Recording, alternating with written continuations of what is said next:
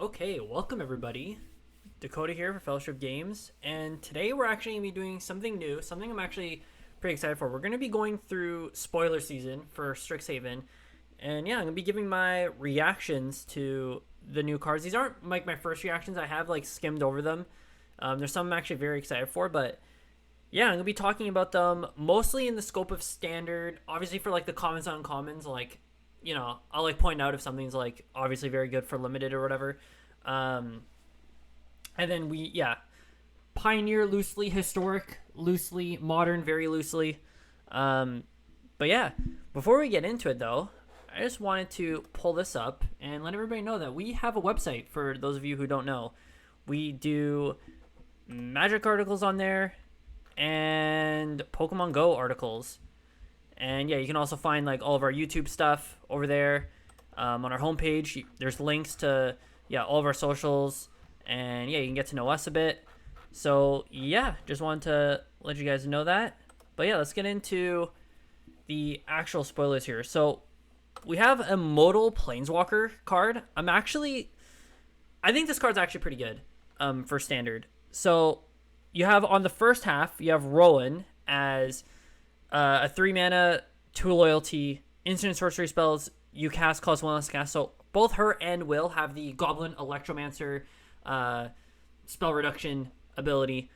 And then, yeah, her +1, she deals 1 damage to each opponent. If you've drawn 3 or more cards this turn, she deals 3 damage to each opponent instead. So, yeah, she can ping your opponent, and then if you've, like, I don't know, played Opt, or there's some other cards later that could actually set up 3 draws for you to deal 3 damage.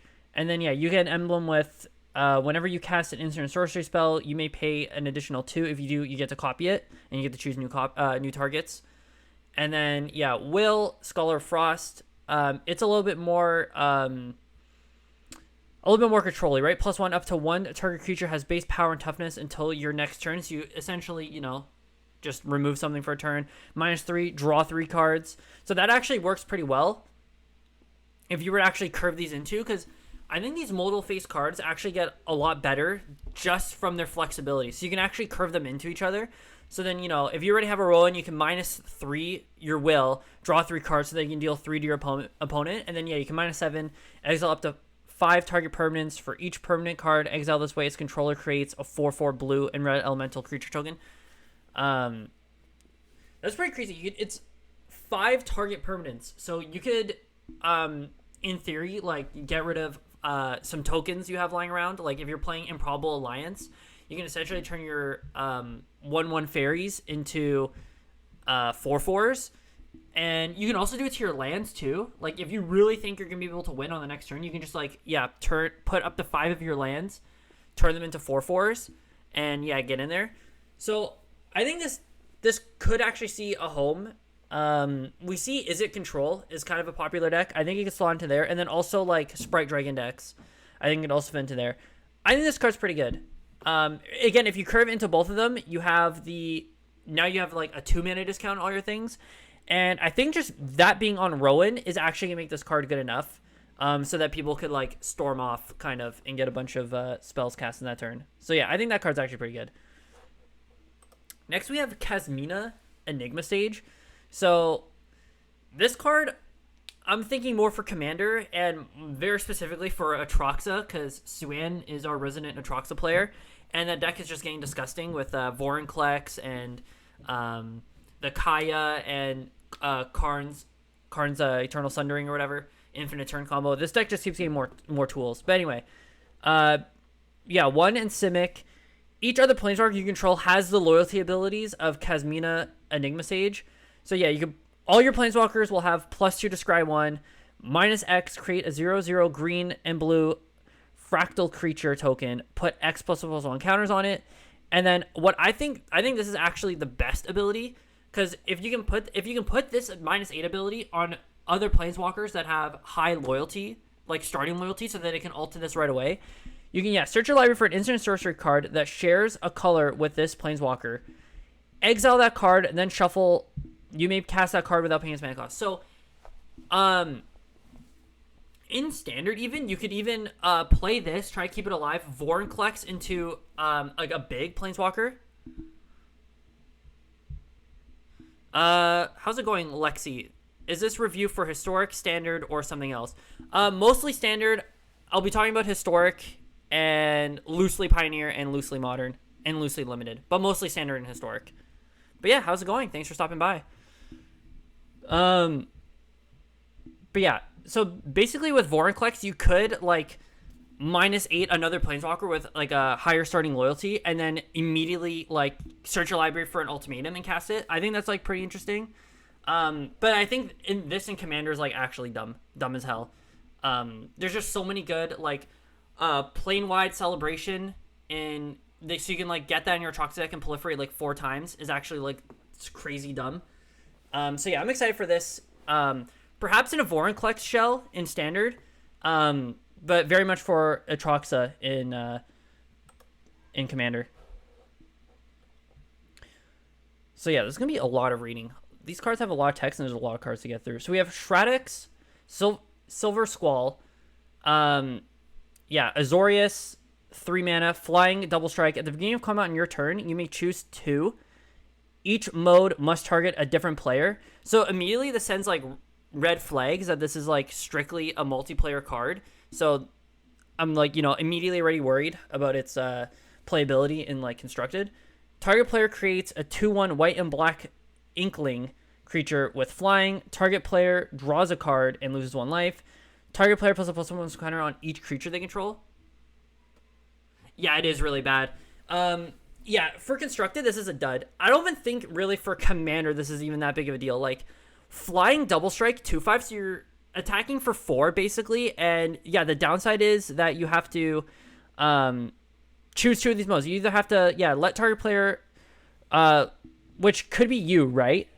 If you come on your turn, you may choose 2. Each mode must target a different player. So yeah, you could draw a card, lose a life, but then you either have to give your opponent a token that can block it, or put a +1/+1 counter on all their creatures. Yeah, this card is dookies. I will say in Constructed, like, your control opponent isn't going to have, like, creatures, so the +1/+1 ability is kind of free, so you're kind of getting, like, best case scenario, you're getting, like, essentially a 4-power attacker that draws you a card and loses a life, and you can, like, do the +1/+1 counter ability for free.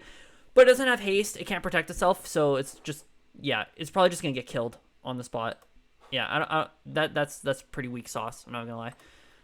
So we have Professor Onyx, Liliana Planeswalker, Magecraft, which is, one of the, I would say the main new ability of the set.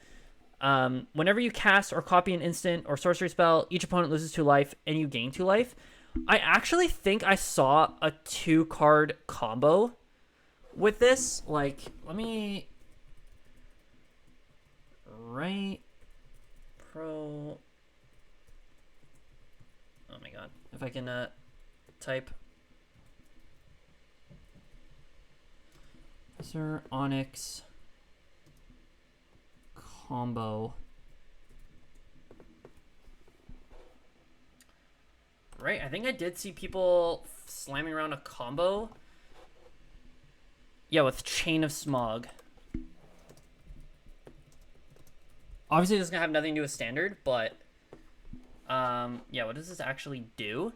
Target player discards 2 cards from his or her hand. That player may copy the spell, and you may choose new targets for that copy. They may. Oh, so they can just do it back to you. Yeah, and it's whenever you cast the copy, so it doesn't even matter if you have cards in hand. That's actually hilarious. Yeah, right? Chain of Smog is 2-card combo, but it's so bad. If it gets countered or, gets destroyed, Chain of Smog, you lose. Yeah, this is pretty bad. We're getting rid of this 2 combo. So yeah, no 2-card combo, but her plus, she starts off with 5, which is a lot. Her +1, you lose 1 life. Look at the top 3 cards of your library, put 1 of them into your hand and the rest in your graveyard. That's not too bad. Looking at 3 is like actually pretty big, and then putting 1 to your hand is pretty nice. You're essentially looking through, drawing 3, like looking through 3, drawing 1, And then, yeah, putting cards into your graveyard is, like, actually relevant in a lot of decks, so that's actually not too bad. There's a lot of big reanimation spells in Standard, so I think that's actually pretty fine. -3, each opponent sacrifices a creature with the greatest power among creatures they control. That's not too bad. And then, yeah, -8, each opponent may discard a card. If they don't, they lose their life. Repeat this process 6 or more times. Yeah. Repeat this process 6 or more times. So, yeah, that'll actually tax up. That'll, like, eat their hand or potentially finish off their life total. So, yeah, not too bad. I can see this seeing play. Like, I don't know, Gruul Adventures, like, has a lot of big creatures. Being able to, yeah, pick off their big stuff isn't too bad. I'm not, like, too high on it, but I can see it seeing play. Not crazy play. Okay. This dragon is, like, actually pretty crazy. Right? 7 mana, so 5 in Boros, 5/5 Flying Vigilance Haste. Whenever it attacks, look at the top 7 cards of your library. You may cast an instant sorcery spell with mana value less than or equal to its power. So, yeah, 5 or less if it's just its vanilla power and toughness. And then, yeah, you may cast it without paying its mana cost. Put the rest on the bottom of your library in a random order. Yeah, this is crazy. I'm imagining this in, like, Commander being, like, actually pretty dumb. You have ways to, like, pump it, and then, yeah, you can slap like, a Lightning Greaves on it so you can attack right away. In Standard, though, like, I don't think there's a Boros deck that, like, actually goes up to 7.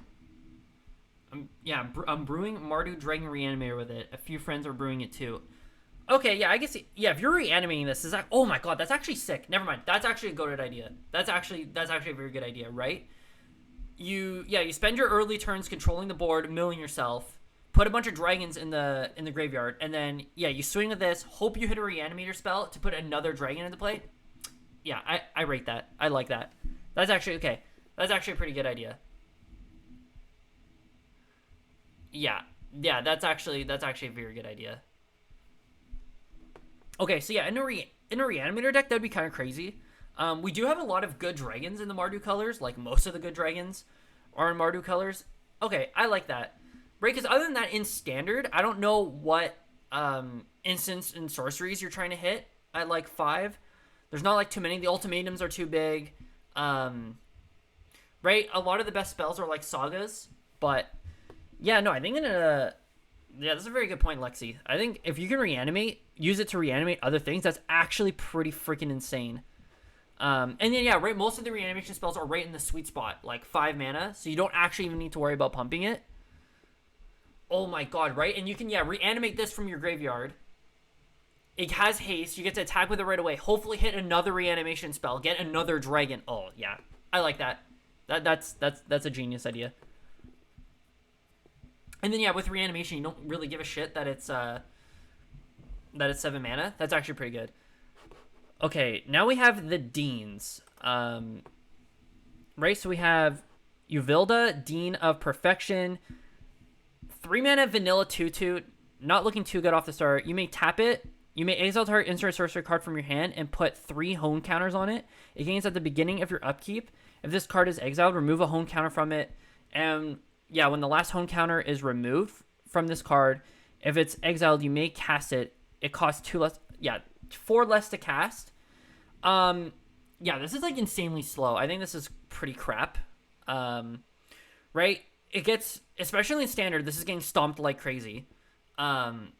Straight up just getting stomped. Modern, obviously, like, it dies to, like, literally every removal. And then, so what? You tap it. You have to have something, yeah, in your hand. And then, yeah, you're putting hone counters. So you're trying to reduce its mana by 4. So it would have to be something, like, really, really expensive anyway. Yeah, no, who cares? This is trash. Have you already reviewed Mystical Archives? No, we just started, actually. Like, we only reviewed, I think before you came, I only did Rowan and Frost or whatever. So no, we have not reviewed Mystical Archives yet. We've just started. So yeah, now we have Nasri, Dean of Expressions. 5 mana 4/4. At the beginning of your upkeep, exile the top card of each opponent's library. Until end of turn, you may cast spells from those cards exiled. You may spend mana of any color to cast those spells. Whenever you cast a spell from exile, put a +1 counter. Yeah, I think this is also, like, way too slow. This is just a terrible Robber of the Rich for Standard. And Yeah, in Commander though, I think this is totally fine, right? You play it as a 4/4, and then yeah, at the beginning of your upkeep, you have like multiple opponents to hit off of. So I think this could be like maybe just fine. Maybe this could be just fine too. Your opponent leaves it, you put like a dumb thing, and yeah, you just like wait a bit. So in Commander, this might be pretty good, but in Constructed, those are like total dookies. Cayenne and Imbraham, Dean of Theory. Okay, so yeah, our Simic Dean, 2/2, right? These have a lot of vanilla abilities and then tap abilities, so they immediately don't scream constructed play to me because, right? They're just pretty vanilla creatures, and then they can only do their thing if they're not summoning sick. But anyway, exile the top card of your library. If it's a land, put it into your hand. Otherwise, put a study counter on it. 5 mana, create a 0/0 green and blue fractal creature token. Put a +1 counter on it for each different mana value among non-land cards you own in exile with study counters on it. Yeah, so what? This card gets you extra lands. That's nice. And then you get to create tokens that, yeah, get +1 counters for each different mana value, but not even for like those totals. So if you have like a 2-drop, a 3-drop, a 4-drop, you get like 3 counters. Yeah, this is bad. Yeah, now we have the Dean of Theory, flying. So yeah, 4 mana, 3/3, flying. X, blue, tap. Exile the top X cards of your library, and you may put a study counter on each of them. Then you may put a card you own in exile with a study counter into your hand. This is pretty cool. This is like I don't know. You get to draw one of those cards essentially. The thing is, you have to pay a crap ton of mana at sorcery speed. No, not at sorcery speed, but after you're done being summoning sick. Yeah, I don't like these for constructed. I don't really like them for commander either. Not gonna lie. Shaylee, Dean of Radiance, and Embrose, Dean of Shadow. Okay, I like this. 1 mana. So yeah, 1 and a white for a 1/1 flying and vigilance. Tap it, put a +1/+1 counter on each creature that entered the battlefield under your control this turn. So this immediately screams that I can go into like a weenie deck or a tokeny deck too, right? Right? Like, this is probably not gonna see play in modern, but you know, like an example curve could be like you play this and then you play Lingering Souls, tap this, put a +1/+1 counter on all the spirits that entered. But even in like a white weenie deck, you could like turn 1 play a thing, like in standard, you can like turn 1 play a thing, turn 2 play this, turn 3 go Clarion Spirit, another like tap this, play Clarion Spirit, play another 1-drop. Your Clarion Spirit's going to enter as a 3/3. Your 1-drop's going to get a counter, and the Spirit's going to get a counter. I like this. I can see this scene play in like weenie decks. I'm not going to lie. As kind of like a nice like pseudo anthem. I can see this being played as like a 2-of. And now we have the backside. We can tap it to put a +1/+1 counter on another target creature. Then it deals 2 damage to that creature, and whenever a creature you control with a +1/+1 counter on dies, draw a card. I think this is even fine as just playing as a 4/4 as an insurance against board wipes. Like if you're playing like Basri Solidarity, or yeah, you're playing the first half, you're putting counters on a bunch of things. Venerated Loxodon and like other formats, like maybe Historic or whatever. This can actually like, yeah, draw you like a bunch of cards when you get Wrathed, which I actually think is very nice. And then we also too, even at your own discrepancy, right? You can tap it, put a +1 counter on another creature. So if it's like a 1/1, you put a counter on it, it deals 2 damage, it dies. So you can actually like pseudo sacrifice your creatures to draw a card. I think this is pretty good. I think you'll see play in. I think the front half could definitely see play in white weenie decks. And then yeah, who knows? They could probably splash black. A black-white tokens deck in like Eternal formats could use this. I don't have high hopes for like modern. I think these aren't efficient enough, but maybe in like Pioneer, Historic, that sort of stuff. Obviously pretty good for Commander in like that sort of like a creature deck, like an Anafenza or like an Atraxa that isn't going like Super Friends. Okay, now we got Valentin, Dean of the Vein, and Lizette, Dean of the Root. Okay, 1 mana. This is pretty efficient. Oh, and it doesn't have a tap ability. So 1/1 Menace Lifelink for single black. If a non-token creature an opponent controls would die, exile it instead. When you do, you may pay 2. If you do, create a 1/1 black and green pest creature token with whenever this creature dies, you gain a life.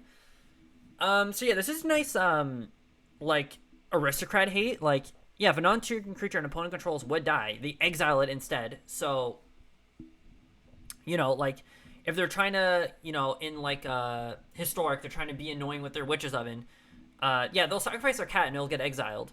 So, that's pretty good. And then if you have mana later, you can use it to create your own pest tokens, which is pretty nice. Like, it's going to sit there, hate on your opponent.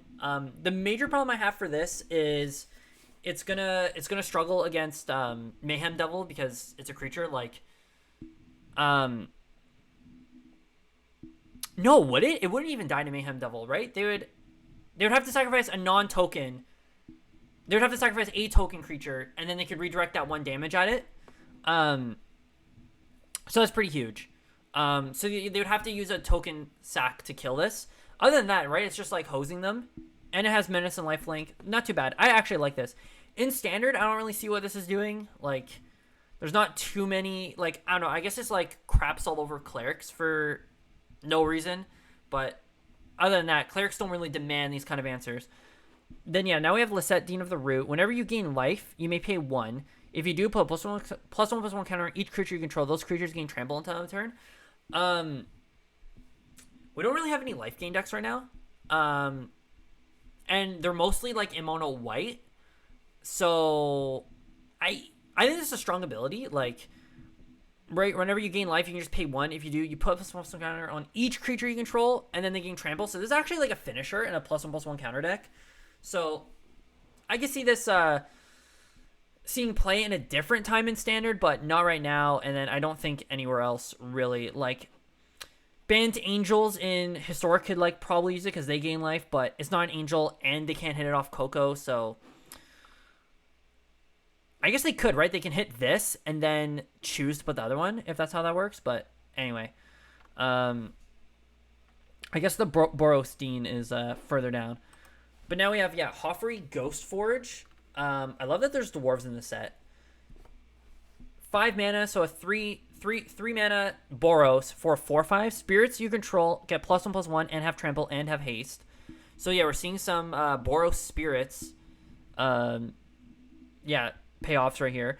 Whenever a non-token creature you control dies, exile it. If you do, create a token that's a copy of that creature, except it's a spirit in addition to its other types, and has, when this creature leaves the battlefield, return the exile card to your graveyard. So I think 5 mana is like way too much. Like I don't know what this is doing like in Standard or in other constructed formats, but I think this is like very insane in Commander if you get the pieces for it. Like, whenever a creature dies, you get to exile it. You can, like, yeah, create a copy of it, so it basically just comes back right away. So if it has like an ETB, you get it again. Or if it's like a really big threat, your opponent still hasn't answered it. And then if this token leaves the battlefield, you actually put that back in your graveyard and you can reanimate it later, which you're in white, you can do those sort of things. I actually really like this card for Commander. I think this would be a fun build around. Elsewhere, not really. I think 5 mana is too much. But yeah. Oh, now we've moved on to the commands. Yeah, all the Boros cards are like way off. Prismari Command. Yeah. 1 and is it for an instant. Choose 2. It deals 2 damage to any target. Not bad. Target player draws 2, then discards 2. Not bad.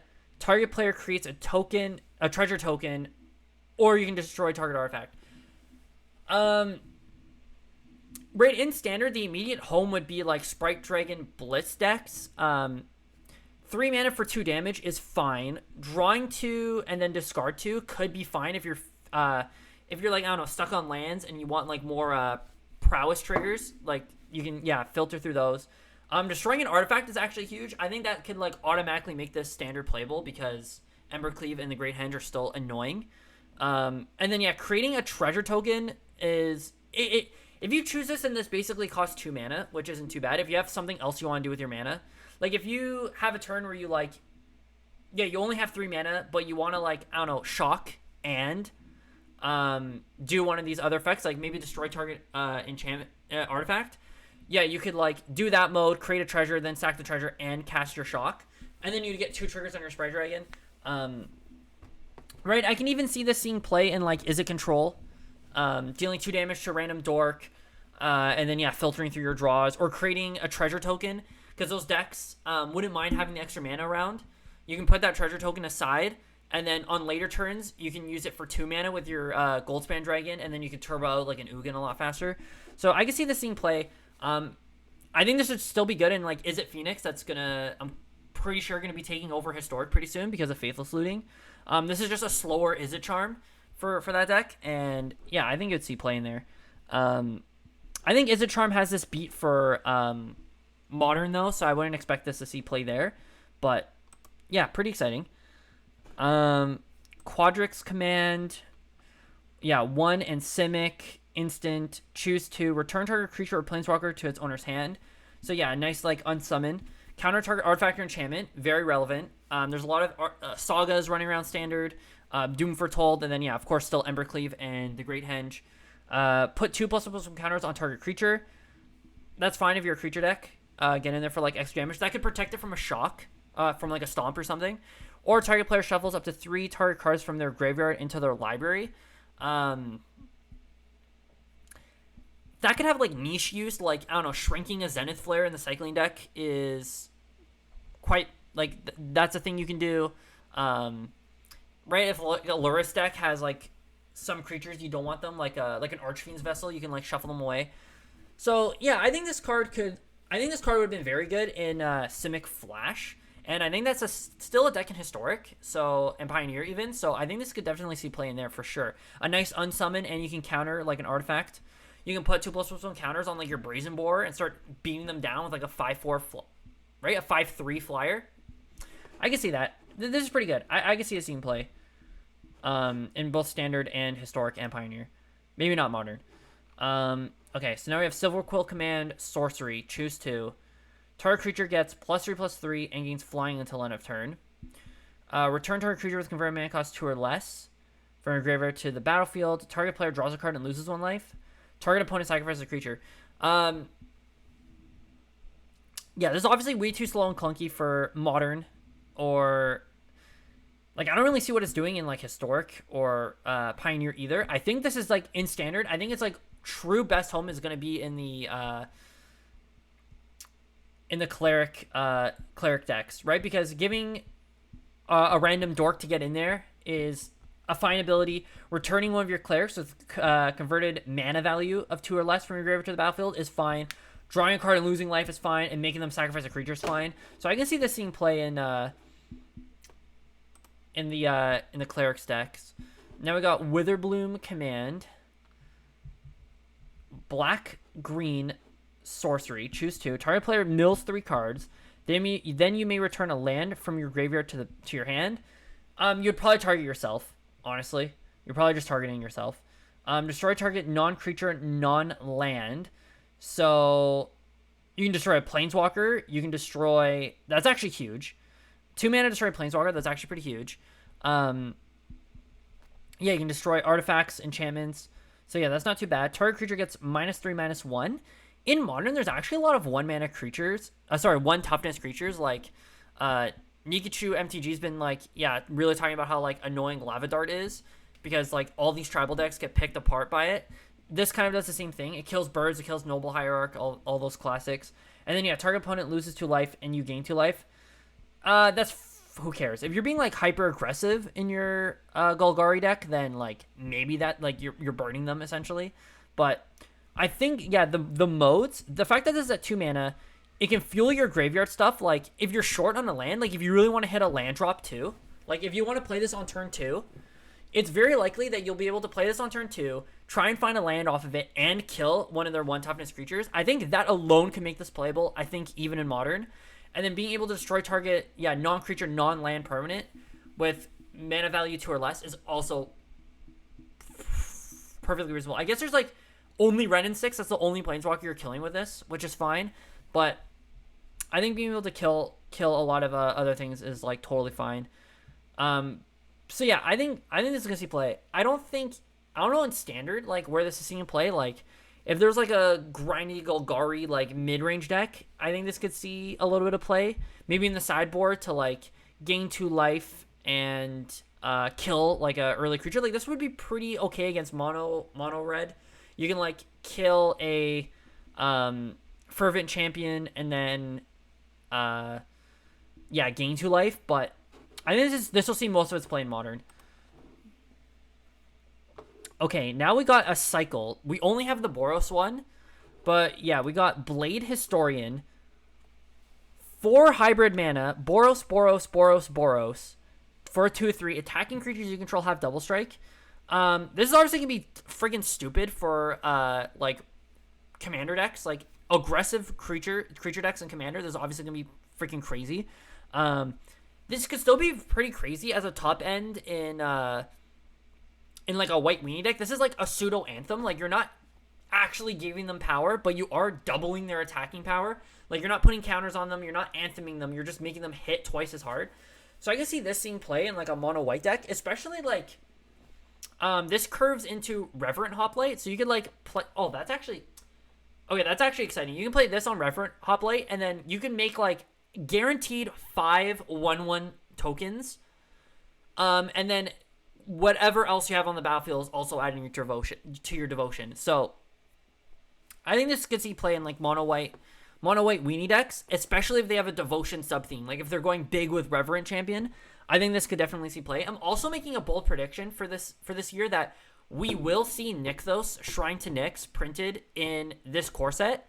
I think they didn't do it in Theros Beyond Death because Ramp was already a really annoying archetype, so I think giving it Nykthos would have been like ridiculous. So I think they'll give us Nykthos with all the devotion cards for the summer. Minus these will stick around, but we won't have the payoffs like Grey Merchant and all that. And then yeah, Theros will rotate, and then we'll have Nykthos to party with. Plus Nykthos needs a reprint. It's like freaking like $25 or something dumb like that. I'm mostly excited for the counterpoint for this, the Golgari one, because that's 4 black devotion symbols, and I can curve it right into Grey Merchant and drain for 6 bare minimum. I love Grey Merchant. I love mono black. It's like, honestly, I think my favorite devotion archetype. Like Master Waves is pretty fun in other formats, but I really love Grey Merchant. So I'm really excited to see. I don't even give a shit what its stats are. I don't care what its ability is. It could be like attacking creatures get Death Touch. I don't care. I just want the 4 hybrid mana symbols to play into my Grey Merchant. I don't care what the ability is. I'm pretty excited for that to come in the next couple days. I guess we'll do these all in one shot. The Shadowlands, I don't know what these things were like. The Reveal Lands, I don't know what these things were like actually called, but the original cycle started in Shadows of Innistrad, where, you know, they enter tapped unless you reveal, you know, in this case, an island or mountain. Yeah, if you can't reveal when they enter tapped. I hate these lands. I think they suck. I think they're some of like the worst dual lands like ever. I just think they suck. And we have better mana. Like we have pathways still. Like yeah. I think maybe some decks would play these like 1 or 2, but like they're so bad in multiples. The art is amazing though. I'm not gonna lie. I love the way like the mana and the magic like swirls, like as if like they're casting like a spell and it's like swirling around. I really like the art, but I'm not excited about this land cycle. It is what it is. I like that they finished the land cycle. My OCD goes like off the walls when they don't finish land cycles, but yeah, they're here. Some people might play them. I don't like them, but yeah, they're here. Now we have Illuminate History. This is a lesson card. I don't really know what to make of lesson cards just because we haven't had too many cards with learn. I think unless the learn cards are standalone amazing, that will dictate whether or not they see play. But I think a lot of them, it's gonna be their power level is gonna be based off of like, what am I playing to learn with to pull them out of the sideboard. So yeah, we'll see what that is as the set gets spoiled. But yeah, we have a Sorcery Lesson, 2 red. Discard any number of cards, then draw that many cards. Then if there are 7 or more cards in your graveyard, create a 3/2 white and red-white spirit creature token. Being able to discard like your whole hand is like dumb. Like, I don't know. I wonder if people are joking like Dredge got a new toy, lol, but Oh, I guess this is a threshold card, but anyway. Yeah, I don't know. I don't think there's like any decks that like would really want this. Like, I don't know, pitching Art like Phoenix and Historic and Pioneer is fine, but like I don't really think Standard cares about having like too many cards in the graveyard. You could use this, Lexi, to pitch your dragons and then reanimate them later. But other than that, like, yeah, I don't know. I think it's fine. I don't really have an opinion. Like, I don't know what it's actually going to accomplish. Like, I don't know what deck it fits in. Okay. This is a card I misread the first time. I was way too excited and then got less excited. So we have Torrent Sculptor. This is like the front half. 2 white, 2/2 Merfolk Wizard. Wizards do have some relevant play, like some of the giants care about wizards. But other than that, wizards don't have too much relevancy right now. Neither do Merfolk, sadly. But yeah, it has War 2. I actually really like this ability. Whenever this creature becomes the target of a spell or ability opponent controls, counter it unless that player pays 2. I think it'd be really funny if you could get an enchantment that... I think it'd be really broken, actually. If you can get an enchantment that grants ward, like let's say it grants like a 2 mana ward 2, and then just slapping that onto like a heroic creature, because it's only whenever it becomes the target of a spell, an ability, an opponent controls, the ward happens. So you can target it all you want, make it really huge, and then your opponent's just like forever tax 2 mana to interact with it. I think that'd be really fun. But anyway, when Torrent Sculptor enters the battlefield, exile an instant sorcery card from your graveyard, put a +1/+1 counter on it, equal to half the card's mana value rounded up. So yeah, we obviously have Flamethrower Sonata for 1 in a red. Sorcery, discard a card, then draw a card. When you discard an instant sorcery card this way, it deals damage equal to that card's mana value to target creature or planeswalker you don't control. So you can like, this obviously sets this up really nice. Like you can pitch like what do we have right now? We have Seagate.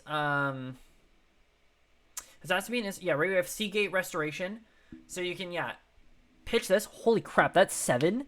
So you can pitch, deal 7 damage to something. That'll like one shot any planeswalker. And then it's half of it rounded up. So you would get like what, 7? You get 3 or 4 counters. I think just 3. My problem with Torrent Sculptor is that it has 0 evasion. So yeah, sure, it's really annoying to interact with. Like you're taxing them, but it doesn't have evasion. Like it's not actually winning the game. They can just chump block it for days. Standard has a lot of token creating, like Improbable Alliance, like the cycling deck can just chump block this for days. Like Improbable Alliance, Valiant Rescuer. Like you have a bunch of just random tokens lying around. You can chump block this for days. And it's not that big to punch through. It could get that big. But even in your best case scenario, it's only getting like as big as a Lovestruck Beast. So they'll just trade with it. I'm not too high on this. Flamethrower Sonata, though, I'm wondering if like you could just put this in your, like, I don't know. I want to say like put this in your Arc-like Phoenix deck, but you want to discard Arc-like Phoenix so you don't get the bonus. I don't know. I'm skeptical. I don't see where this is going to see too much play. I think if, like, the Torrent Sculptor had flying, this would definitely see play. But until then, no. I don't think so. I'd be very shocked if this saw a lot of play. Okay, moving right along here. We have all the... I'll try to lump these all together. We have the Apprentice Cycle. So, yeah... You have 2 drops in each of the colors. They all have Magecraft, and they all do a thing. Like, these are going to be limited cards. Like, the Simic one, right? You look at the top 3 cards of your library. You may reveal a land from among them. Put that into your hand. The rest on the bottom of your land. So, right? If you want to keep hitting land drops, it's fine. But you have to be casting, like... Every time you cast an instant or sorcery, you get to do this. Like, I guess you're ramping... I don't know. No, you're just putting it into your hand. No, okay, I don't like this. Right, the Orzhov one, target creature gets +1/+1 whenever you cast or copy an instant sorcery. Again, not that good. The Golgari one, you drain them for 1 life. That could actually be good. I think that'd be hilarious to see like a Golgari Storm deck that just drains everybody. I think I would build around this just for fun. But again, it's also black and green, so I don't really know like what cards you're putting in that deck to make it work. The Prismari Apprentice is actually pretty interesting. It's a 2/2, but then whenever you cast something, it can't be blocked. And if that spell has mana value 5 or greater, you put +1/+1 counter on it. So I guess this is like a nice little aggressive creature. It's just the problem is its main competition is Sprite Dragon. So rip, it's never gonna be better than Sprite Dragon. You're never gonna be shit, Prismari Apprentice. You're never gonna be Sprite Dragon. So unfortunately, yeah, I don't think it's gonna see any play. But I think it could in a different time. And I think all these cards would be pretty good in limited. Like, if you have like big dumb green creatures, being able to like interact with your opponent and then search out a land is fine. Making your creature slightly bigger is fine. Draining them will break board stalls. Like, this is very early, nice early aggression. So I think in limited, these will be like very nice picks, but other than that, not really. Okay.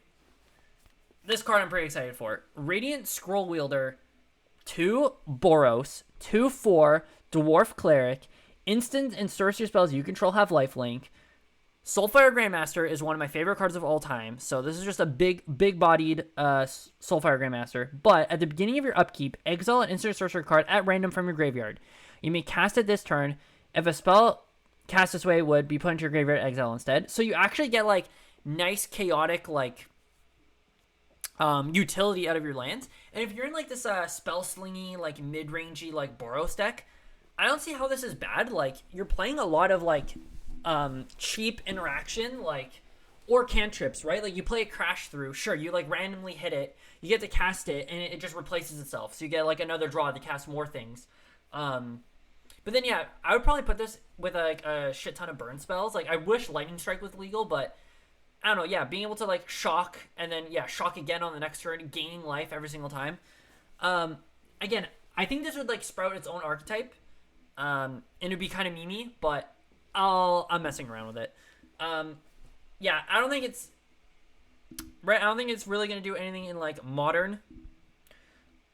Right, it like dodges Fatal Push before you revolt it. It doesn't die to Lightning Strike, but I don't know what it's really accomplishing.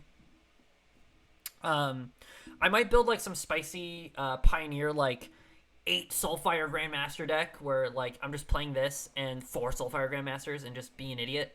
I don't know how I'm winning, but everything has lifelink. But anyway, yeah.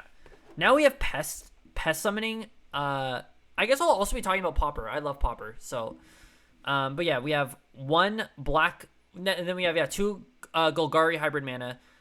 3 mana, create 2 1/1 black and green pest creature tokens, and when they die, you gain 1 life. So this is like a nice token generating card. I think like black aristocrats decks could use this just to make fodder. Token decks could use this to put +1 counters with like the white Dean, like the 2-drop. I think could use this, but I think this would be a very solid limited card. Obviously, like I don't really know about Pauper. Like, there's a lot of like sacrifice decks, but I don't know if like 3 mana for like 2 1/1s is good enough. I think there might be better options, but and then yeah, right. It's a lesson, so you can get this out of your sideboard. But again, I don't know. I think it's just fine. Okay, now we got Venerable War Singer. 1 white red 3/3 Vigilance Trample Spirit Cleric. A lot of these spirits are also clerics, and clerics do have a lot going on for them right now, so that's also pretty exciting. Vigilance Trample. When Venerable War Singer deals combat damage to a player, you may return target creature card with mana value X or less from your graveyard to the battlefield, where X is the amount of damage Venerable War Singer dealt to that player. So yeah, it has Trample, so, when it deals combat damage to a player, you may return target creature card with mana value X from your graveyard. So, yeah, like, it can be any creature. So I think in Boros aggro, this is like fine, right? Like, if they straight up no block this, you can get like another 3-drop. If not, you can like bring back Robber of the Rich. Right? If you trample over for 1, you can get like a champion. Yeah, I think this is fine. Vigilance and Trample, so it's very good in the mirrors. The problem is like the 3-drop slot is pretty occupied right now. Like, right, we have obviously Skyclave Apparition. Like, I guess if you don't need to be interacting with the opponent, like if that's how the meta changes. Man, where the Boros aggro, right? Yeah, if the meta changes, then like, and you don't need to be interacting with them, then I guess sure you can like play this to be more aggressive. But yeah, their 3-drops are pretty stacked, right? You have Bone Crusher, right? You have Arnie, right? You already have God of the Worthy. So yeah, the 3-drop slot's pretty stacked. But I don't know, being able to get back like all these 2-drops seems pretty nice, right? You can slap an Ember Cleave on it. That's actually very interesting. It wears Ember Cleave, not as well as this because this has flying, but better than Bone Crusher. Maybe this, right? Right, base pack. Oh yeah, okay, whatever. But yeah, right. Okay, maybe I can see maybe playing 2 copies of this. It wears Ember Cleave like actually very nice, and then there's a lot of control in the meta, so maybe right. And this list is even playing Skyclave Apparition, so I can see a few copies of this making it in there. You can reanimate a Seasoned Hollowblade, like a Luminarch Aspirant, like an Usher of the Fallen. You can be a little bit more aggressive with it because you can get it back later. Also, it's a spirit. Not that matters, but yeah, I like this. Right? It gets pumped by your Rimrock Knights. I can see this seeing play in the Boros aggro decks. Other than that, like, yeah, I don't know. Not too excited for it in the other formats. Okay, yeah, we're moving along pretty nice here. We're almost done with the school favorite cards. So now we have Storm Kiln Artist, 4 mana, Dwarf, 2/2. It gets +1/+1 for each artifact you control. Magecraft, whenever you cast or copy an instant sword spell, create a treasure token. So the biggest artifact payoff right now in Standard is definitely treasures. So yeah, this thing would get +1/+1 for each treasure you control. And whenever you cast an instant or sorcery spell, you get a treasure. I think if this thing had a big butt, like I think if this was a 2-mana 4/4, this could like maybe see play. It like comes in, it blocks early creatures, and then you're interacting with your opponent, and you're making these treasures to then like have big like explosive Goldspan Dragon turns. Like yeah, maybe you can justify putting Ugin in your deck at that point, like in like a mono. Right, I don't want to say Big Red because I don't think Big Red would play this. You know what? Screw it. Maybe Big Red would play this. Like, right, you play this. It comes in, it blocks. Like even if it was like a 2/4, it could block some early creatures, and then yeah, you're like you're like stomping their thing, like doing all this stuff, getting all this treasure, and then you get to Ugin better. But no, I think its stats are a little too lackluster. I think making it an offensive threat is like not what you want to be doing. I think you'd want to like sit behind this with like a big butt. I think if it was like a 2/4, but also got bigger, so you become like a 3/4 or a 4/4 or a 5/4. But no, I think giving it 2 toughness is dookies. It's gonna die to everything. It's gonna get stomped. Yeah, no, I don't like this. I think they missed the mark. I think if they gave it more toughness, I think this card actually would have been like pretty spicy. This card would have been dumb and limited. Not even gonna lie, actually. But anyway, okay. So now we got the Boros Dean. So yeah, tap 1. So yeah, sorry, one in a red for 2/2. Orc Shaman. Tap it, discard a card, draw a card. Already pretty nice. Great and limited. You can just play your bear, and then like, if it stalls out, you can just start looting. Pay 5 and tap. Reveal cards on the top of your library until you reveal a non-legendary, non-land card with mana value 3 or less. You may put that card. You may cast that card without paying its mana cost. Put all revealed cards not cast this way on the bottom. Okay, yeah, that's way too slow. This thing is gonna. this thing is going to eat so many stomps before it even like untaps, and even if it does, it's so many turns away. Yeah, this thing is like just dead. Augusta Dean of Order. Yeah, 2 and a white, 1/3. Human Cleric, so another Cleric. Other tapped creatures you control get +1/+0. So a nice anthem for when your creatures are swinging in. And then other untapped creatures you control get +0/+1. So they're a little bit bigger on defense. And then whenever you attack, untap each creature you control. Then tap any number of target creatures. So you could like... So yeah, whenever you attack, you can untap each creature you control. And then you can tap them again. So yeah, you can choose to leave them on defense. That's so like pseudo vigilance, right? Is that how you're reading this, right? Whenever you attack, untap each creature. So I declare attackers. I untap all my creatures. Then I may tap any number of target creatures. Right? Anyway. Oh. Then tap any number of creatures you control. Okay.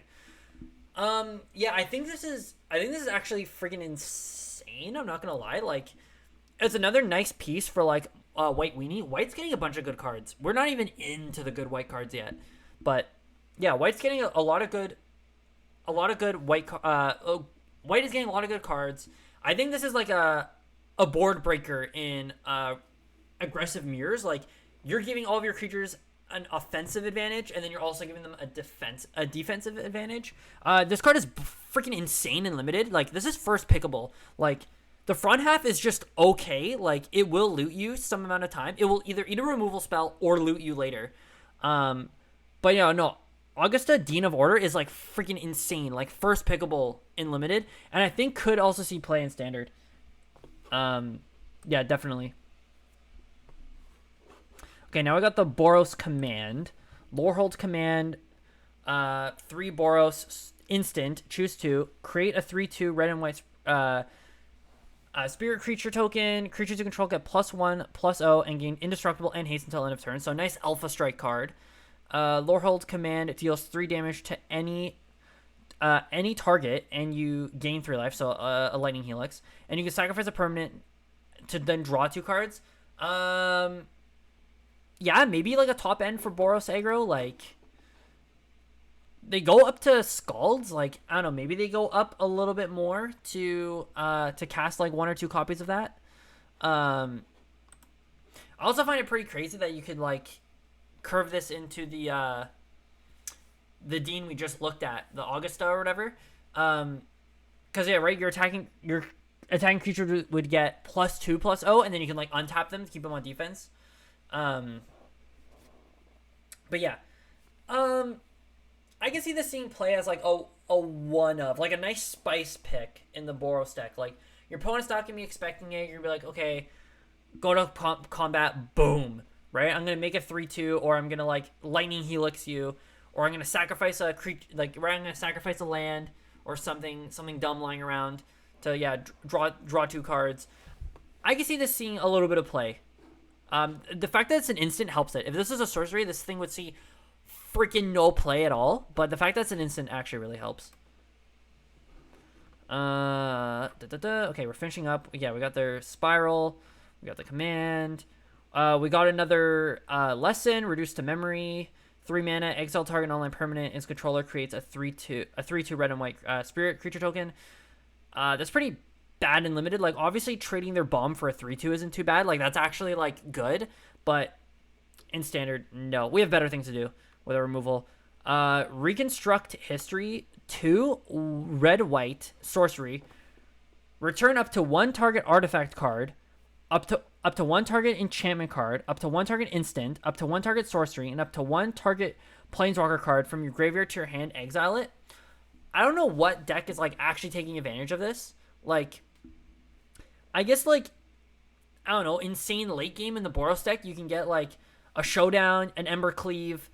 You don't play any Planeswalkers, but, like, right, do you even play, like, any instants, really? Not really. Okay, so maybe not even that good in the Boros decks. Yeah, no, never mind. I don't know, like, I don't know what deck is really doing this. This can get back a lot of stuff. Like, I think if your limited deck has all these things, and you can get back, like, 4 spells in a turn, that's like game winning. But Yeah, no. It requires a lot of setup. Like, either your opponent proactively trading with you, or, yeah, you, like, mill yourself. Quintorius Field Historian. 3... Oh, this is an uncommon legend. Oh, that's interesting. 3 Boros, 2/4, Elf Cleric, legendary creature. Spirits you control get +1/+0. Whenever one or more cards leave your graveyard, create a 3/2 red and white spirit token. So I think this would slot into the commander deck. Like, I think it would be part of the 99. I don't think this is doing anything in constructed. Also, we don't know what the other spirits are. Like, we got, like, Skyclave Apparition for standard spirits. But that's kind of like... Right, and then we got a Clarion Spirit and Usher of the Fallen. So that is, like, a nice starting package. So let's see what this could pile onto. And then who knows, maybe this deck becomes... like a Boros value spirits deck. Right? But yeah, Cutting Bone Crusher is probably unlikely. You'd probably still play Ember Cleave in Showdown. Right? We already got the Vigilance, the 3-drop Vigilance Trample. That's a nice starting package. Maybe you don't play these top ends. You still just top end with Ember Cleave and Showdown to, like, refuel. But who knows? Who knows? Maybe we'll get there. Okay, we got Lorehold Excavation, Boros, mana, enchantment. At the beginning of your end step, mill a card. If a land card was milled this way, you gain 1 life. Otherwise, Lorehold Excavation deals 1 damage to each opponent. 5 mana, exile a creature card from your graveyard. You get to make a 3/2 spirit. At the beginning of your upkeep, mill a card. If it's a land, you gain 1 life. Otherwise, it deals 1 damage. Okay, so this is a setup, right? You can play this on 2. Although I do think you want to be aggressive. I think this is to set up like this, and the 5-drop dwarf. But this is a setup. If you want to go grindier, like you're filling up your graveyard, you're like exiling here, making a 3/2, exiling there. I would probably go more aggressive considering the cards we already have in standard, but this would be a good setup card if that archetype exists. Returned Past Caller. We got 3. What the hell is this mana cost? 3 red, Boros Hybrid, white. So 6 mana for 4/2, Spirit Cleric. Flying. When it enters the battlefield, return target spirit, instant, or sorcery card from your graveyard to your hand. This is like way too... First of all, 2 toughness, way too fragile. Also 6 mana, way too... Like, if this was like a 4-drop, you like get this big flyer, you can buy back a removal spell, or, you know, exile, or... Right, because I think there's a lot of spirits where it's like when they leave the graveyard. So if they return back to your hand, you get a 3/2. That'd be pretty gas. You get like 2 creatures, 1 back in your hand, 1 onto the board, or you get back a removal spell, but... Yeah, no, that's like way too high costed. And 2 toughness is dookies. We got, yeah, the Boros Apprentice. Whenever you cast or copy an instant sorcery spell, until end of turn, spirits you control gain tap, deal 1 damage to each opponent. There was that, what set was it from? Was it from Ikoria? There was like the Jeskai, like, legend. No, it was a core set, right? I think it was a core set, like 2020 or 21, where it's like, it had a Pyromancer ability where it's like whenever you cast an instant sorcery spell, you make a spirit. That could fit into that deck. Like, that card was like reasonably casted. I think it was like Jeskai and 1, so 4 mana. And then, right, you're making all these spirits, and then you can like tap them out, tap them down.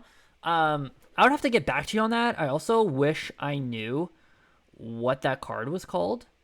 But yes, that is the only deck I can think of this seeing play in. Other than that, it sucks. Okay, Rip Apart. This card pisses me off. Boros for a sorcery. Choose 1. It deals 3 damage to target creature or planeswalker, or you can destroy target artifact or enchantment. Okay, when I first read this card, I was so freaking hyped because I thought it was an instant. I hate that this card is a sorcery. I don't understand why it has to be a sorcery. I think this card, much like a Braid does in Historic, would beat down on Mono Red and the Boros Adventures. The 3 damage can take out any one of their creatures, and then the the disenchant effect can take out Ember Cleave and the Great Henge. The problem is Ember Cleave needs to be answered at instant speed because it will kill you. So I think this alone, like, isn't playable. Like, I think if you're worried about, like, Doom Foretold, but the problem is Doom Foretold doesn't have a good mode for the other deck. That's the problem. What makes this card really good is against the Ember Cleave decks, because it can kill the creature and the Ember Cleave, and against the Gruul Adventure decks, because it kills a creature and the Great Henge or Ember Cleave. So I'm actually very disappointed that this card's a sorcery. I honestly don't think you'll see much play because of that, because you need to enter Ember Cleave on the turn they cast it, which is their turn. So yeah, I don't think right, because they can even just dodge it. They can go to combat. They're casting it in response to damage. You can't do anything to that. You can't kill their creature, and you can't kill their Ember Cleave. Such a miss. This card would have been All-Star. Standard All-Star if it was an instant. Okay, this is a freaking goated card. We got Thrilling Discovery. You gain 2 life, then you may discard 2 cards. If you do, draw 3 cards. So, this is immediately being compared to Cathartic Reunion. More mana intensive, right? You need Boros and a white instead of just red and a colorless. But I think there is some upside here. You gain 2 life, and then you may discard 2 cards if you do draw 3 cards. Like, if we go to right, because Cathartic Reunion,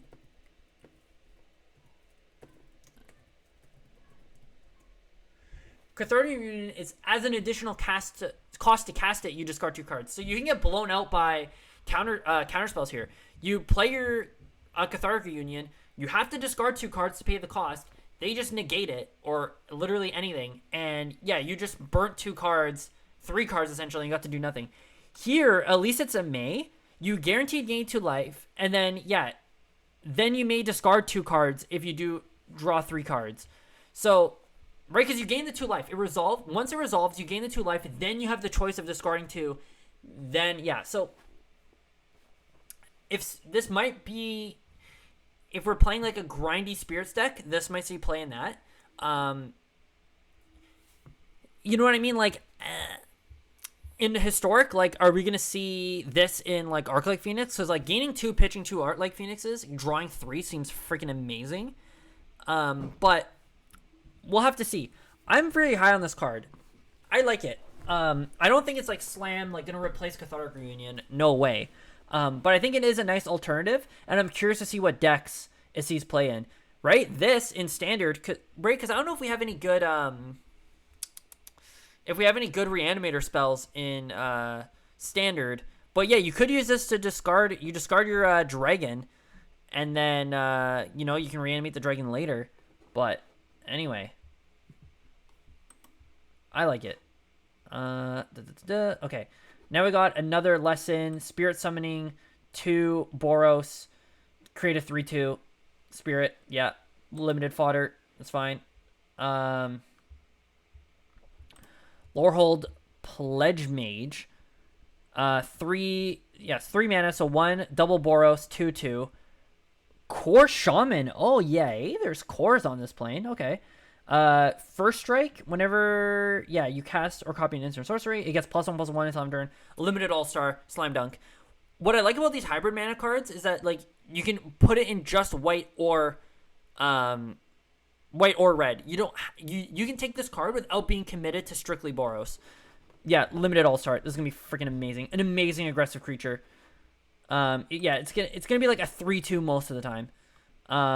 Okay, now we got Lorehold Campus. I think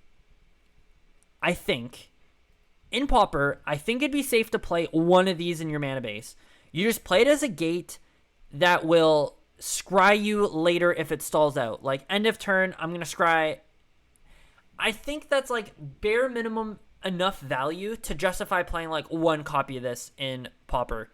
Hot take, come at me if I'm wrong, but I think you could play one of these in your mana base. It obviously doesn't really work with the bounce lands. It doesn't have like an ETB, but I think in like control mirrors, like these sludge, like grind fests, like We see Monarch isn't like the best mechanic, but it's very good in Pauper because it just the format's so grindy. I think having like you have nothing to do. It's like, okay, whatever. I'll just tap all my lands because we're on turn like freaking 15 or whatever.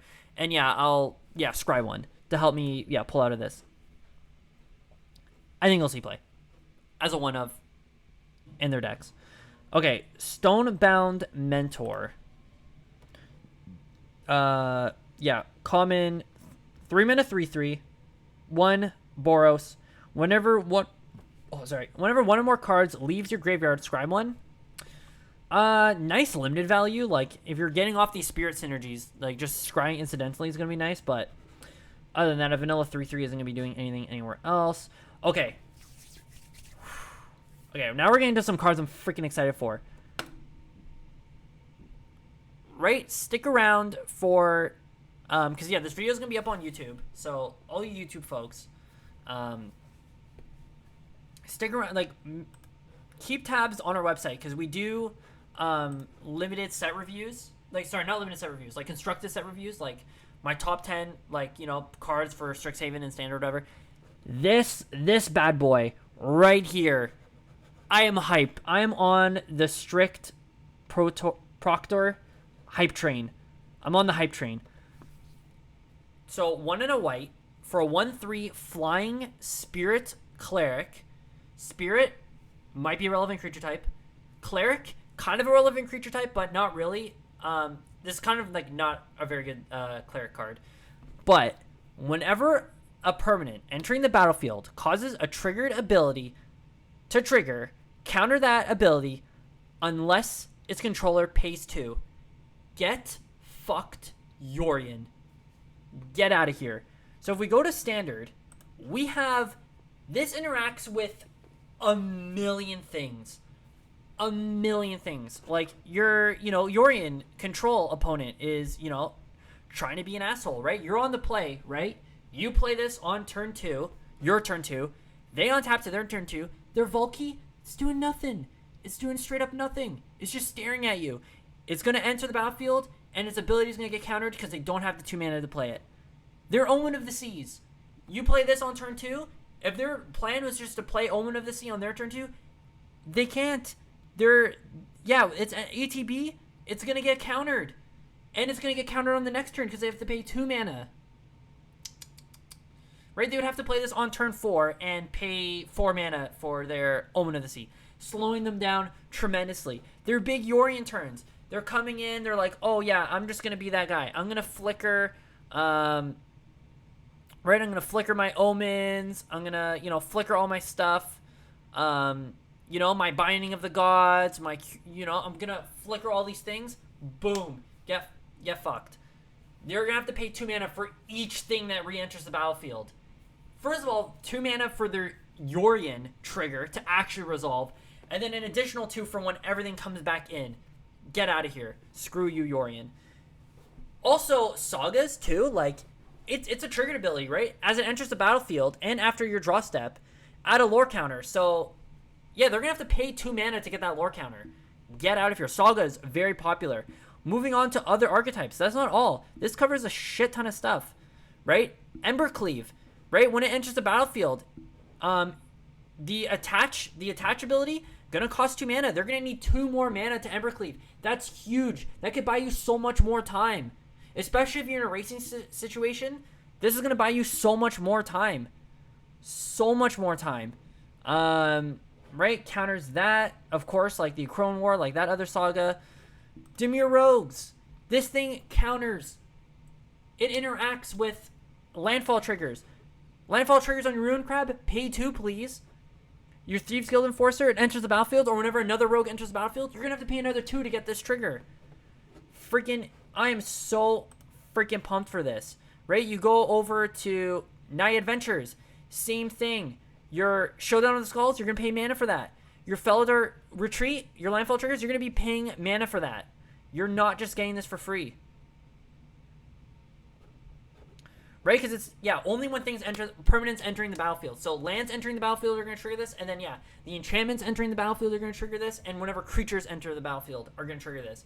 Ember Cleave, It triggers itself. It's a permanent entering the battlefield, and it's triggering its own attach ability. It's going to get countered for 2. They're gonna have to pay 2 for this. This card kills so much stuff. It deals with so much stuff. There's probably still more things I'm missing. Sure, Gilded Goose. You want to get your food? Pay 2 mana for that. This thing, right? Khaz'dul Mammoth, Landfall Trigger, pay 2 mana for that. I am hyped. I'm on the friggin' hype part. Wicked Wolf, pay 2 mana for that ETB. Right? Feasting Troll, pay 2 mana for that ETB. This thing hits so much crap.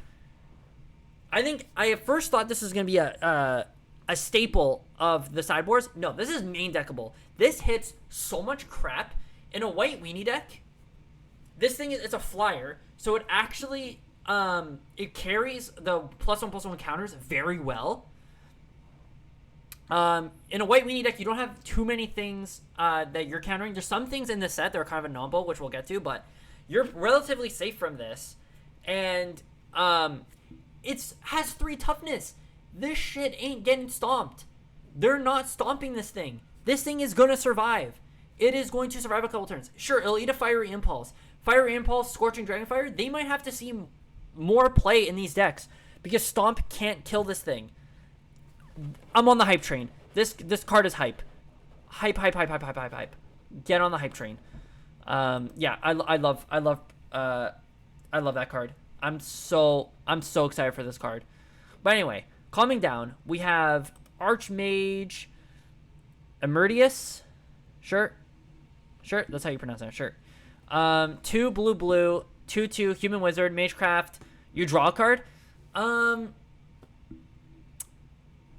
Basically everything in your deck cantripping is actually pretty freaking insane. Like, I'm not gonna lie, in the mono blue Teferi tutelage mill deck, like, everything guaranteed cantripping. Like, you're into the stories, draw 5 cards now. Just everything, right? You counter a thing, draw a card. Like, the thing is, it's a 2/2, so it's getting stomped, so I'm not too happy about it, but I will admit the ability's gas. I do think it's too fragile and won't see play anywhere else, though. Okay, Confront the Past. We got a rare lesson. So, yeah, poor Liliana's feeling bad about Gideon sacrificing himself back in War of the Spark. Spoilers. Choose one. So, yeah, sorry. 1 black, X, Sorcery Lesson. Choose one. Return target Planeswalker card with mana value X or less from your graveyard to the battlefield. I mean, we already have some big, like, Academ's Awakening and some other, like, big reanimation spells. I don't think this is, like, very necessary. And then, yeah, remove twice X loyalty counters from target Planeswalker and opponent controls. Just kill it. There's, like, just a million other cards that will just kill the Planeswalker.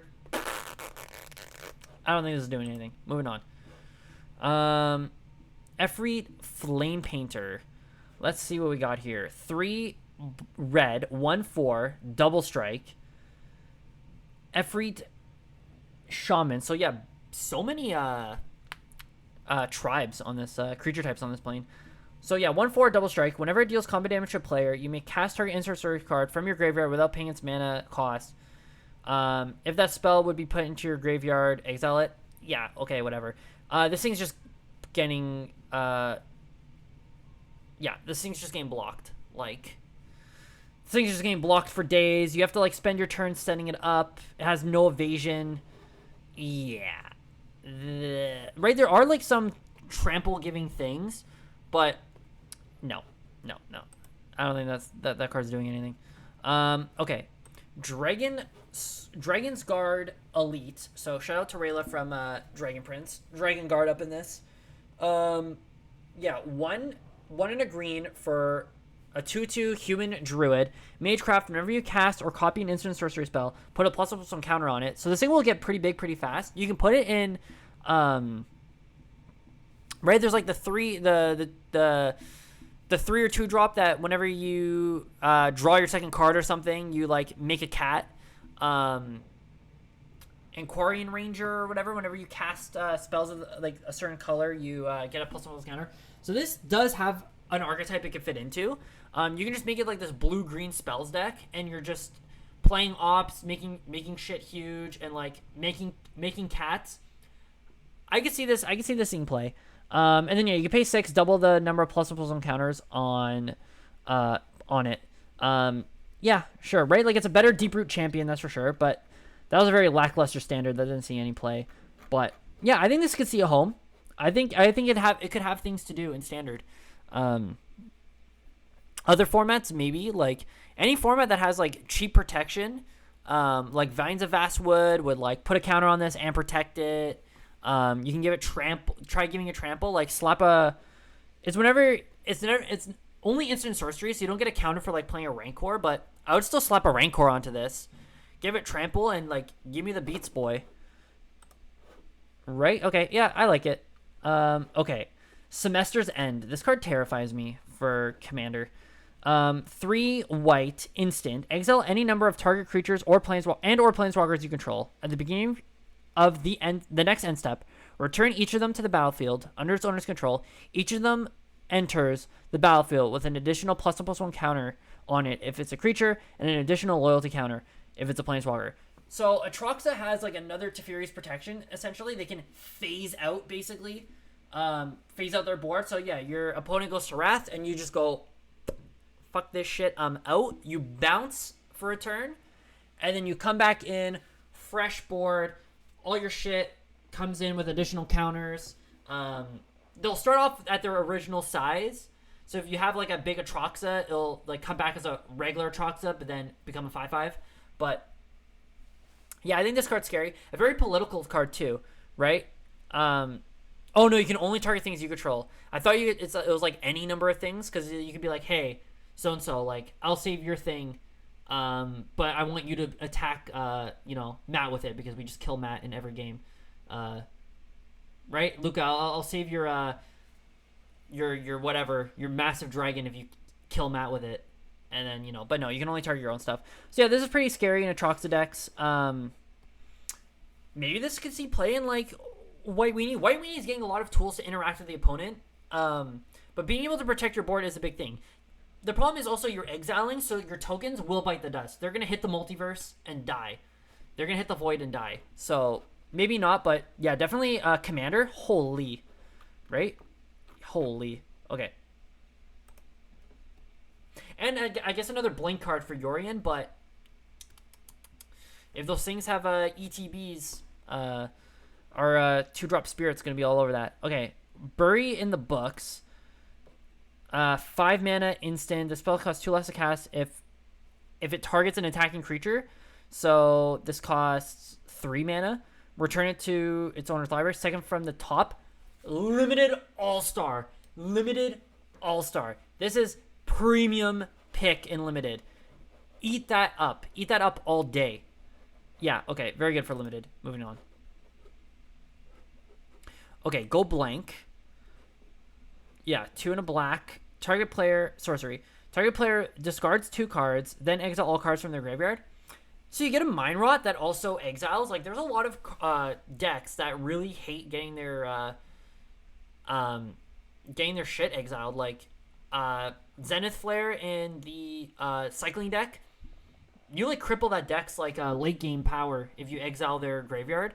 So, maybe, but the problem is, like, this is not going to see more play than Elspeth's Nightmare. If Elspeth's Nightmare didn't exist, maybe you could play this. Right? Your goal is just to exile their graveyard, and you get 2 cards out of it.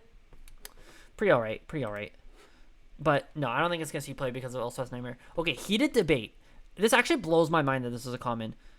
Yeah. Heated Debate, 2 and a red, instant. This spell can't be countered. This includes by the ward ability. Heated Debate deals 4 damage to target creature or player. Slam dunk limited card. Slam freaking dunk. Ward is going to be all up in that shit. You don't care. You're taking this. This is probably why it's common, just to counteract the ward creatures, honestly. But yeah.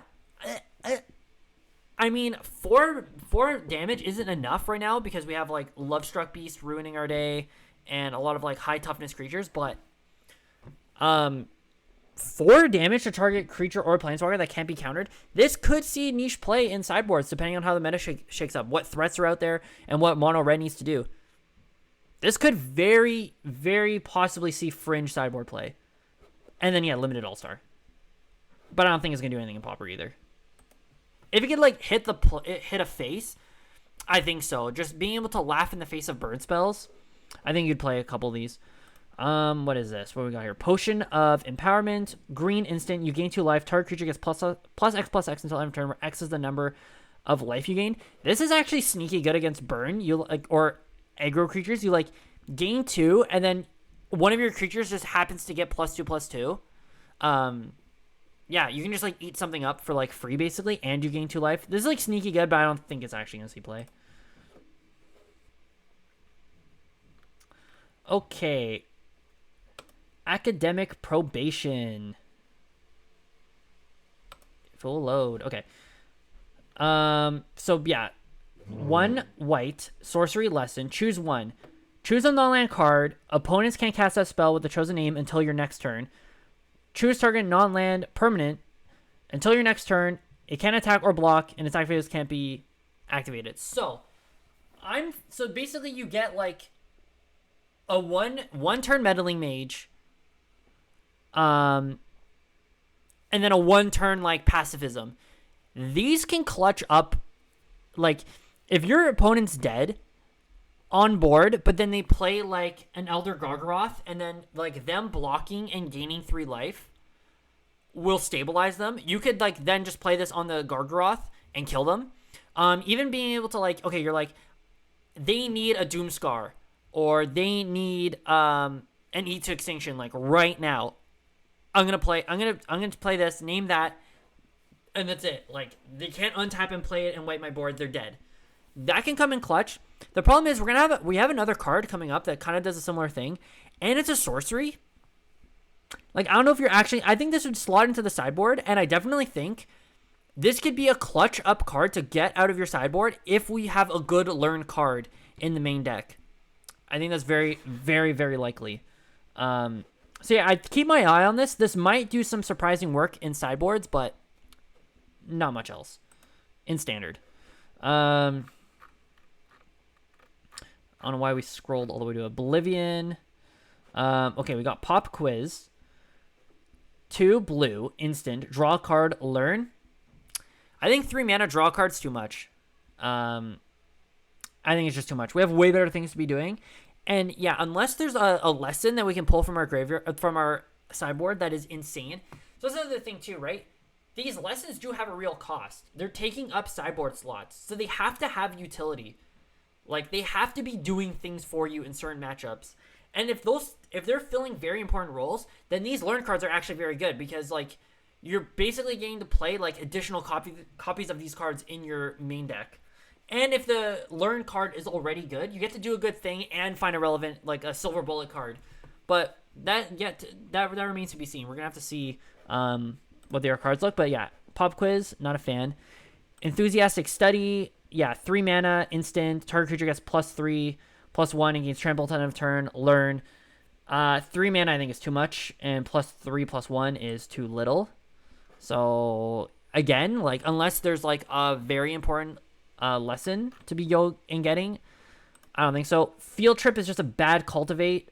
Again, like it can only get a basic forest, so you can't even get the snow duels from Kaldheim.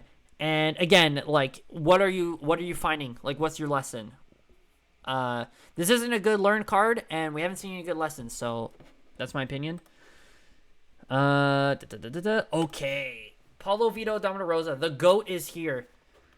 Our reigning world champion.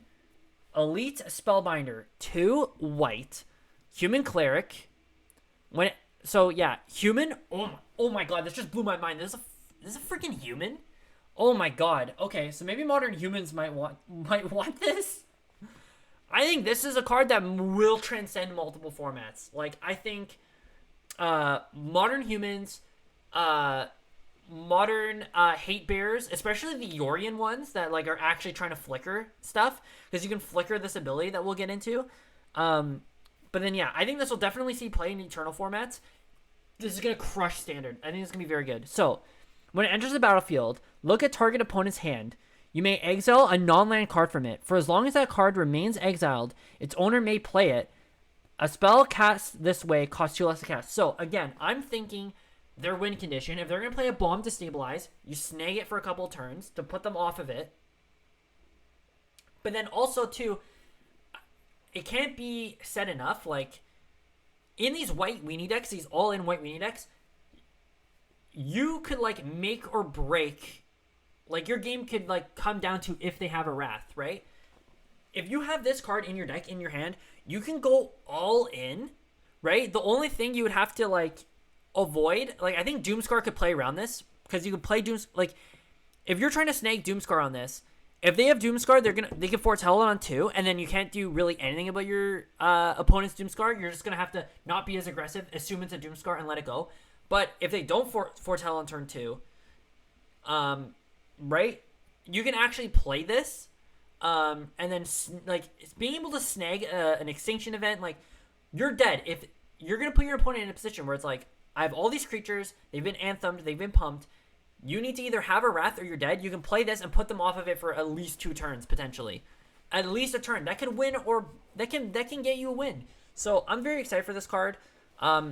Yeah, it's obviously a nombo with the actual GOAT of this set, because it will counter. You will have to pay 2, so you can't play them in the same deck. But this is huge. This is like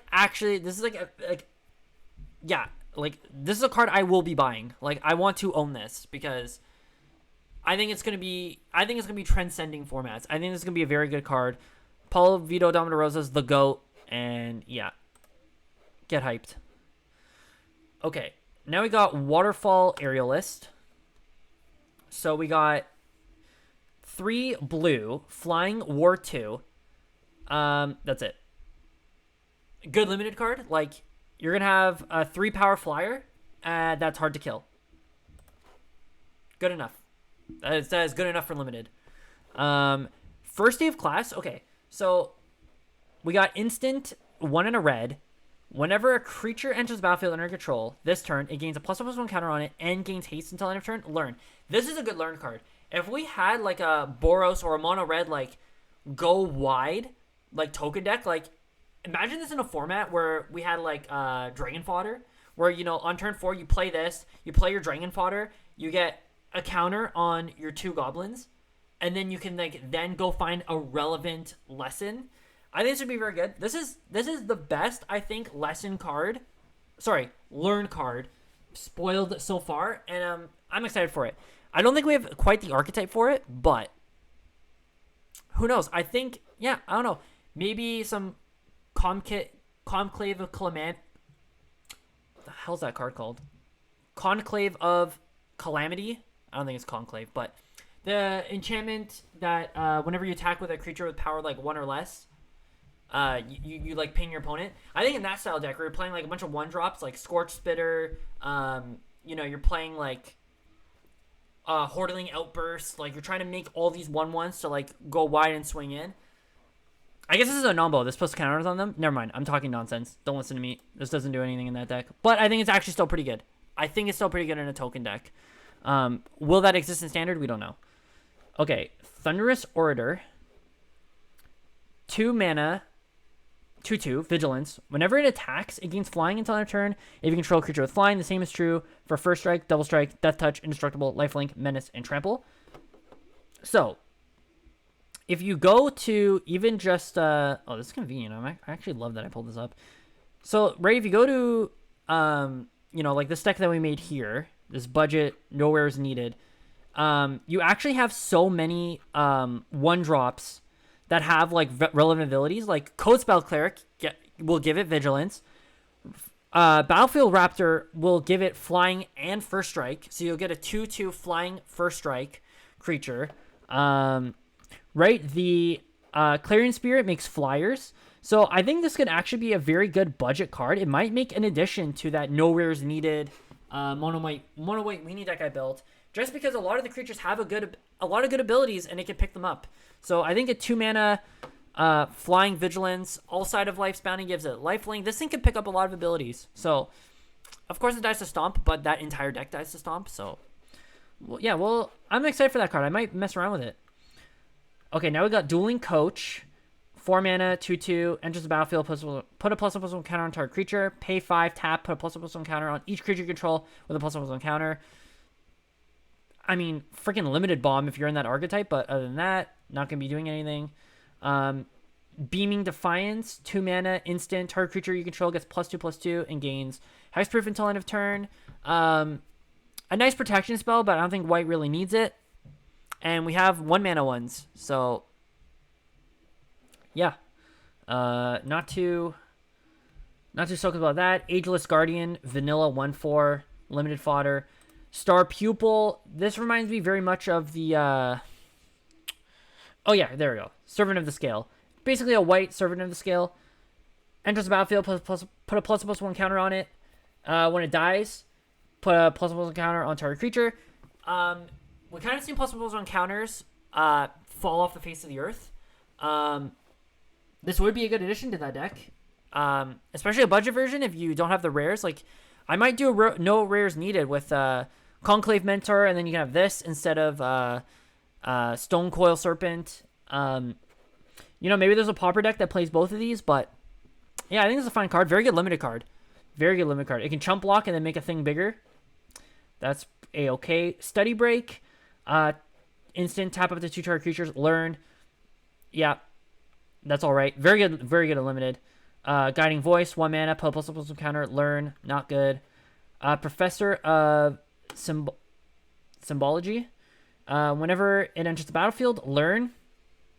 If you're desperate for learn cards in your main deck, like this is a vanilla 2/1 learn, but it's a vanilla 2/1, so right. Eager First Year, 2 mana, yeah, 2/2 bear. Has Magecraft. Whenever you cast or copy an instant, gets +1/+1 until end of turn. Pretty good limited card. It could trade up, which is pretty nice. Rise of Extus, 4 hybrid Orzhov, exile target creature, and then you can exile up to 1 target instant or sorcerer card from a graveyard. Learn. Okay, and then yeah, we have a bunch of colorless lessons that'll be chilling in the sideboard. This is pretty cool because like any deck can play them. So these will actually be pretty. If Learn is like is good and limited, which I think it will, these will actually be pretty valuable because you can play them in like any deck, and they're all pretty good. Search your library for basic land, reveal into your hand, shuffle your library, gain 2 life. So if you're like a rampy Simic deck, you would want that. Introduction to Prophecy, 3 mana, scry 2, then draw a card. If you're a control deck, you're just getting it out of your sideboard for free. Exile target online permanent. Is control draws a card. Not too bad. If you're exiling their bomb, who gives a crap if they're drawing a card? They're not drawing to anything good. And then yeah. Sure. In a creature deck, put 2 +1/+1 counters on target creature. It gains vigilance on a turn for the expanded anatomy. Okay.